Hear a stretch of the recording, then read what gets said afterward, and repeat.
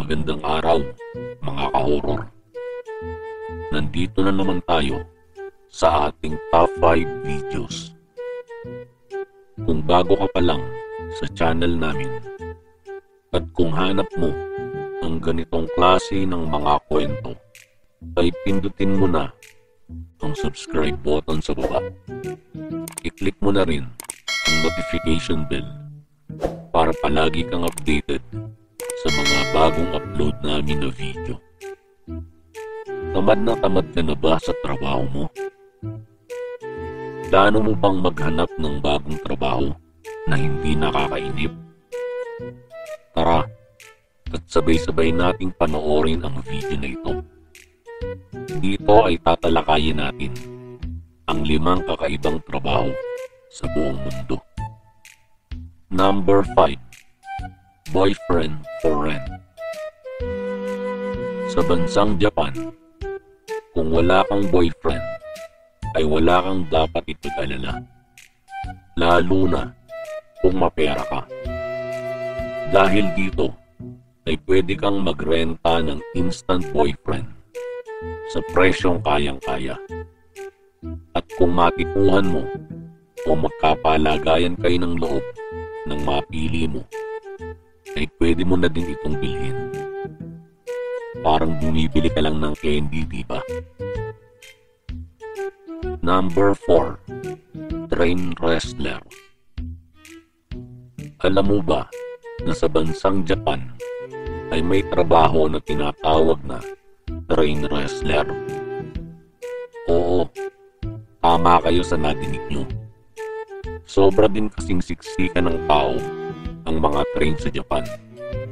At ang mga train wrestler ang siyang tagatulak ng tao papasok sa loob ng train. Ginagawa nila ito para masiksik at mas maraming maisakay ang biyahe ng train. Tingin ko ay mas patok ang trabaho na ito sa Pilipinas. Number 3. Human scarecrow. Sa bansang UK, ang scarecrow o panakot sa ibon ay isa ding trabaho.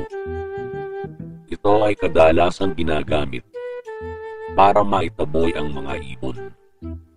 Pero ang human scarecrow ay tao mismo ang gagawa ng trabahong ito.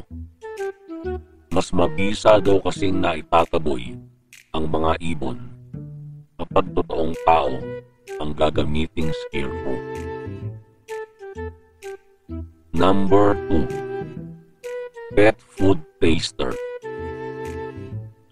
Kung ikaw ay yung tipo ng tao na hindi pihikan sa pagkain, ay para sa iyo ang trabaho na ito.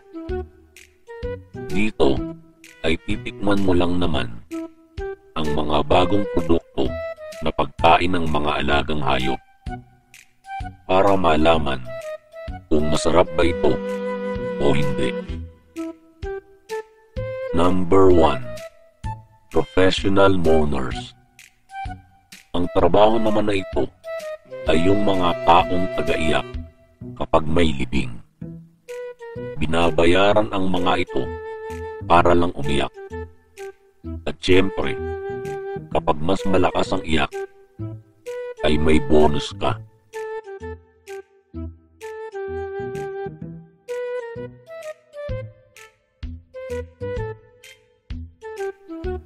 Kaya kung ikaw yung tipo ng tao na mababaw ang luha, ay para sa iyo ang trabaho na ito. Hanggang dito na lang mga ka-horror. At sana ay naibigan nyo ang 5 kakaibang trabaho sa buong mundo na aming naibahagi sa inyo. Kita-kits tayo muli sa mga susunod naming top 5 videos.